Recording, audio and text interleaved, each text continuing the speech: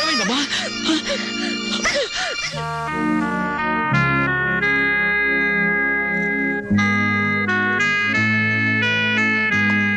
సీతకి ఎలా ఉంది డాక్టర్?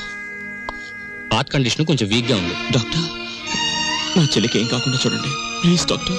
ఏ రాంబాబు, ఏంటి చిన్న కుర్రాళ్ళ మాట్లాడతావు? 2 రోజుల్లో రిజల్ట్స్ వస్తాయి కదా, చూసి చెప్తాను. Don't worry. ఇవిగో నీళ్ళు కాళ్ళు కడుక్కో. ఇదేమిట్రా రక్తపు జలమా? నెత్తుటి నీళ్లతో నేను కాళ్ళు కడుక్కోను. నేను ఆ ఉద్యోగం మానేశాను. అదేమిట్రా అష్ట కష్టాలు ఇప్పుడు సంపాదించి ఆ బూర్జీ వాళ్ళ మధ్య తలెత్తుకుని బ్రతకలేకపోతున్నాను మావయ్య. అందుకే నా ఉద్యోగాన్ని తన్నేసి వచ్చాను. ఈసారి ఏ శ్రమజీవుల దగ్గర ఉద్యోగానికి ట్రై చేస్తాను, తలెత్తు బతుకు. కానీ కొంపలో నీళ్ళన్నీ ఎరుపు చేసే అది మ్యాటర్. అన్నయ్య, అయ్యో ఎండ్లో వచ్చావా? చెమట పట్టింది చూడు. ఏంటి మ్యాటరు? ఏమీ లేదన్నయ్య, ఇంట్లో కూర్చుంటే ఒకటే బోర్ కొడుతుంది. అయితే పని చేయి, మీ వదినకి రోజు వంట సాయం చేయి. అది కాదన్నయ్య, ఆంధ్రపత్రిక, జ్యోతి చిత్ర, సినిమా రంజని, విజయ్ చిత్ర వీటన్నిటికీ సంవత్సరం చందా కట్టాలి. మొత్తం కలిపి 1000 రూపాయలు కూడా అవదు. అంతే కదా, ఓ 2 వారాలు వెయిట్ చేద్దాం. ఈలోగా వీటిలో స్టాండర్డ్ అయిన పత్రిక ఏమిటో చూసి సంవత్సరం చందా ఏమిటి 5 సంవత్సరాలు చందా కట్టేద్దాం. అది మ్యాటర్. చెయ్యి చాపు. చాచాను. దేవుడు విభూది కళ్ళకద్దు అద్దుకున్నాను. ఏంటి మ్యాటర్? ఉండిలో కాళ్ళు చేతులు వేస్తానని మొక్కుకున్నాను. ఎవరివి? నావా? ఆహా, వెండివిరా. వెండి మ్యాటరా? అమ్మా ఓ పని చేయవే, ఈ తలకాయ హుండీలో వేసేయడానికి వీలవుతుందేమో ఆలోచించు. అపచారం అపచారం. అది మ్యాటర్. రండి ఫోన్ చేయండి. ఏమిటి మ్యాటర్ ఏమిటో చెప్పేస్తే అన్నం కలపాలా అక్కర్లేదా ఆలోచిస్తాను. సర్లే ఊరుకోండి, లేనిపోని ఆలోచించకుండా ముందు భోజనం చేయండి. తిన్న తిండి కూడా వంట పట్టదు. ఈ కొంపలో ఎప్పుడు నన్ను స్థిమితంగా ఉండనిచ్చారు? ఏవేవో ఆశలు కోర్కెలు మీవి, అవి తీర్చలేక చచ్చేది నేను. అది కాదండి, పక్కింటి సుబ్బారావు గారికి ఒంట్లో బాగోలేదట. అలాగా పాపం. అందుకని ఆయన ఫియట్ కారు చౌకగా అమ్మేస్తున్నారు. మనం కొందామా? మనమా? కొన్నమన్నాడా జబ్బు నాకొస్తుంది. ఆ తర్వాత వైద్య సహాయానికి డబ్బు కావాల్సిన మన కారు కొనడానికి కూడా ఎవడ ఉండడు, గుర్తుంచుకో. సర్లే భోజనం చేయండి. ఈ కొంపలో భోజనం చేయడం కన్నా గోదావరి రోడ్డుకెళ్ళి మరమరాలు తినడం బెటరు. అది మ్యాటర్. అవునరా, ఎంత యజమాని అయ్యండి ఇంటికి నువ్వు చేసిందేమిట్రా? అవును మావయ్య, నాకు నచ్చిన మంచి ఉద్యోగం ఇప్పిస్తే నేనే పోషించేవాడిగా ఇల్లు. చిచి, ఏ జన్మలో చేసుకున్న కర్మో, ఈ ఇంట్లో పుట్టాను. ఫోటో డబ్బా కొనాలన్నా 1,000 ప్రశ్నలు వేస్తారు. ఎవరెలా ఏడితే నాకేమిటి? నేను పురుడు పోసుకునే లోపల వడ్డాణం చేయించాలి, లేదా నేను ఉండేది నా పుట్టింట్లోనే. గుర్తుంచుకోండి. సారీ రాంబాబు, మీ చెల్లెలి హార్ట్ లో హోల్ ఉంది. నేను కంగారు పడకు. నా చెల్లెలు బతికించు డాక్టర్, ప్లీజ్ డాక్టర్.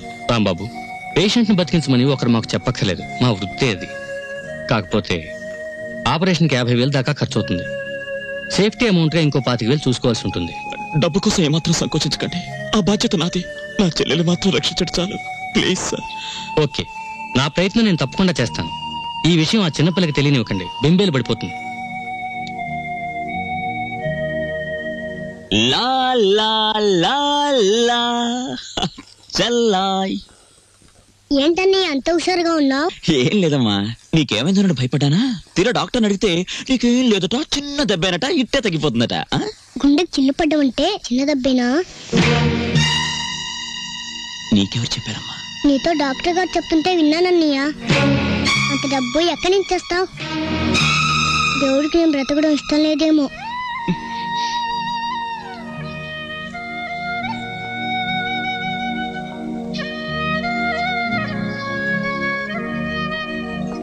సిగరెట్ తేడా పెట్టావు, తీవ్రమైన ఆలోచనలో ఉన్నట్టున్నావు.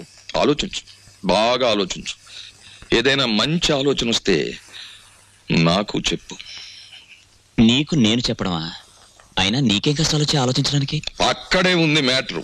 ఈ ప్రపంచంలో ప్రతి ఒక్కడు తానేమో ఒక జీసస్ క్రైస్ట్ లాగా కష్టాల సిలువను తాను ఒక్కడే మోస్తున్నట్టు అనుకుంటాడు. ఎదటివాడు సుఖపడిపోతున్నాడని ఫీల్ అవుతాడు. ఈ ప్రపంచంలో ధనవంతుల ఆలోచనలు రకరకాలుగా ఉంటాయి, కానీ దరిద్రుడి ఆలోచన మాత్రం ఒకదానికోసమే, ధనం కోసం. అవును బాబాయ్, డబ్బు లేకపోతే నా చెల్లెలు బతకదు. ఎక్కడి నుంచి తేవడం 50,000? ఏమైంది చెల్లికి? సీతకి గుండె జబ్బు. వెంటనే ఆపరేషన్ చేయాలి. 50,000 పైనే ఖర్చు అవుతుంది. 50,000 కాకపోతే 1,00,000 రూపాయలు తెస్తాం. ఎక్కడి నుంచి? ఎక్కడి నుంచి తెస్తాం? మనం జీవితాంతం కష్టపడ్డా 50,000 సంపాదించలేం. నువ్వు జీవితాంతం సంపాదించే వరకు నీ చెల్లి జీవించి ఉండదు. వీలైనంత వెంటనే డబ్బు సంపాదించాలి, చెల్లెల్ని రక్షించుకోవాలి. ఏదైనా అడ్డదారి తొక్కైనా సరే. అంటే ఏముంది, మన చేతిలో ఉన్న గేలాన్ని పక్కన పెట్టి పక్కవాడి వల విసిరి చేపలు పట్టేడు. వద్దు బాబాయ్, బతకలేకపోతే ఆత్మహత్యన చేసుకోవచ్చు గాని అడ్డదారి తొక్కి బతకడం నాకు ఇష్టం లేదు. అంటే నీ నీతి కోసం ఆ పసిదాని ప్రాణాలు బలిపెట్టేస్తావా?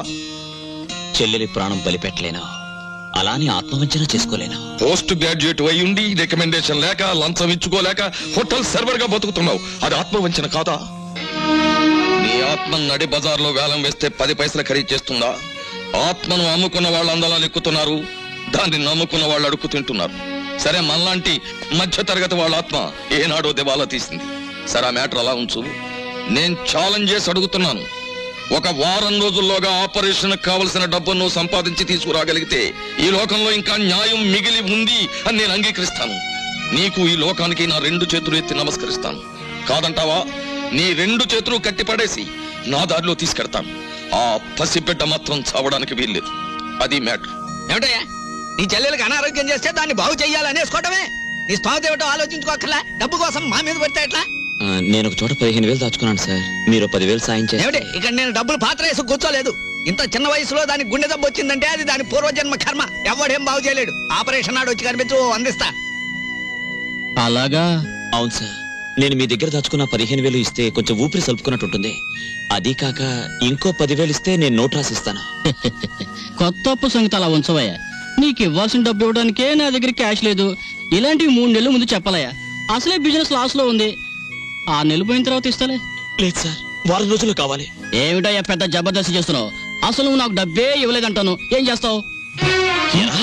నేను నీకు డబ్బు ఇవ్వలేదు. చెప్పరా చెప్పరా రాస్కల్, లేకపోతే నేను చంపేస్తాను. చెప్పు. మా ఫైనాన్స్ ఎవరో తెలుసా? కేశవరావు గారు. ఒక్క ఫోన్ చేశారంటే సెంట్రల్ జైల్లో పెట్టి చేస్తా, జాగ్రత్త. నేను జైలుకెళ్తే నా చెల్లెల్ని ఎవరు కాపాడతారు?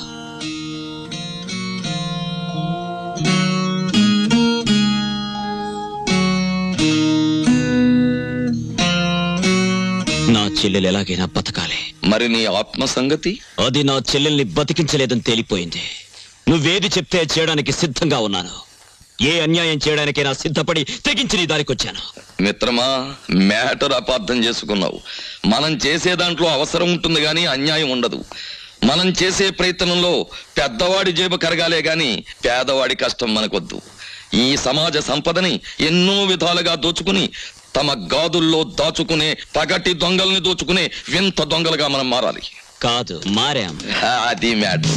బాబాయ్, గుళ్ళో నగలు కొట్టేస్తే? వద్దు, ఒరిజినల్ నగలు ఎప్పుడో కొట్టేశారు, ఉన్నవి గిల్టు నగలే అని ఈ మధ్యనే ఎవరో అన్నారు. అయినా అలాంటి ఆలోచన చేయకు, కళ్ళు పోతాయి. పోనీ ఆ బ్యాంకు దోచేస్తే? వేసిన డబ్బు డ్రా చేసుకోవడానికే పాస్బుక్ 10 కౌంటర్స్ లో తిప్పుతున్నారు. దోపిడీ చేయాలంటే ఇంకెంత ప్రొసీజర్ ఉందో. వద్దు. బాబాయ్, ఆ మారుతి కారు అమ్మేస్తే? కనీసం కొనేవాడు దొరికే వరకు తోసుకుంటూ తిరగలేం కదా, పెట్రోల్ పోయాలి. కొట్టేసిన దానికి పెట్టుబడి ఒకట. ఆ ఫ్లాట్స్ మనవే అని చెప్పి అమ్మేస్తే? అసలే పునాదులు సరిగ్గా లేవని గవర్నమెంట్ కేసేసింది. రేపవి కూలాయంటే వాటితో మనకి సమాధులు కడతారు. ఇంకేదైనా చూడు.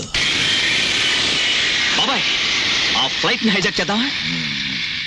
కిట్టుబాటు అయ్యే మ్యాటర్ గాని జరిగే వ్యవహారం గాని ఏమీ బుర్రకు తట్టడం లేదు. ఇప్పుడు అర్థమైంది, వెధవ పనులు చేయడానికి కూడా చాలా తెలివితేటలు ఉండాలని. ఒక పని ఏమిటి? ఎవరినైనా కానీ ఇదేదో కిట్టుబాటు అయ్యే మ్యాటర్ లా ఉందే. కానీ ఎవరిని కిడ్నాప్ చేయాలి? ఆవిడ చేద్దామా? దీని పేరు ఎప్పుడు వదులుతుందా, రెండో పెళ్లి ఎప్పుడు చేసుకుందాం అని ఎదురు చూస్తున్నారు. దాని మొగుడు వద్దు, ఎవరిని పెడతాను కిడ్నాప్ చేయకూడదు. బాగా డబ్బున్న వాళ్ళ ఇంట్లో అమ్మాయి, అందమైన అమ్మాయిని చూసి కిడ్నాప్ చేయాలి. అయితే ముహూర్తం పెట్టు. నువ్వు డిగ్రీ ఎప్పుడు పాస్ అయ్యావు? జూన్ 13. నాకు పెళ్ళయింది 13, నా ఉద్యోగం పోయింది 13. 13. అయితే ఈ నెల 13 కిడ్నాప్. ఎవరిని? ఆ మ్యాటర్ ఇక్కడ తేలేదు కాదు, కాలేజీ గేటు దగ్గర బీట్ వేసినప్పుడు తేలుతుంది. నేను బీట్ వేస్తాను. అయితే నేను బీట్ వేస్తాను.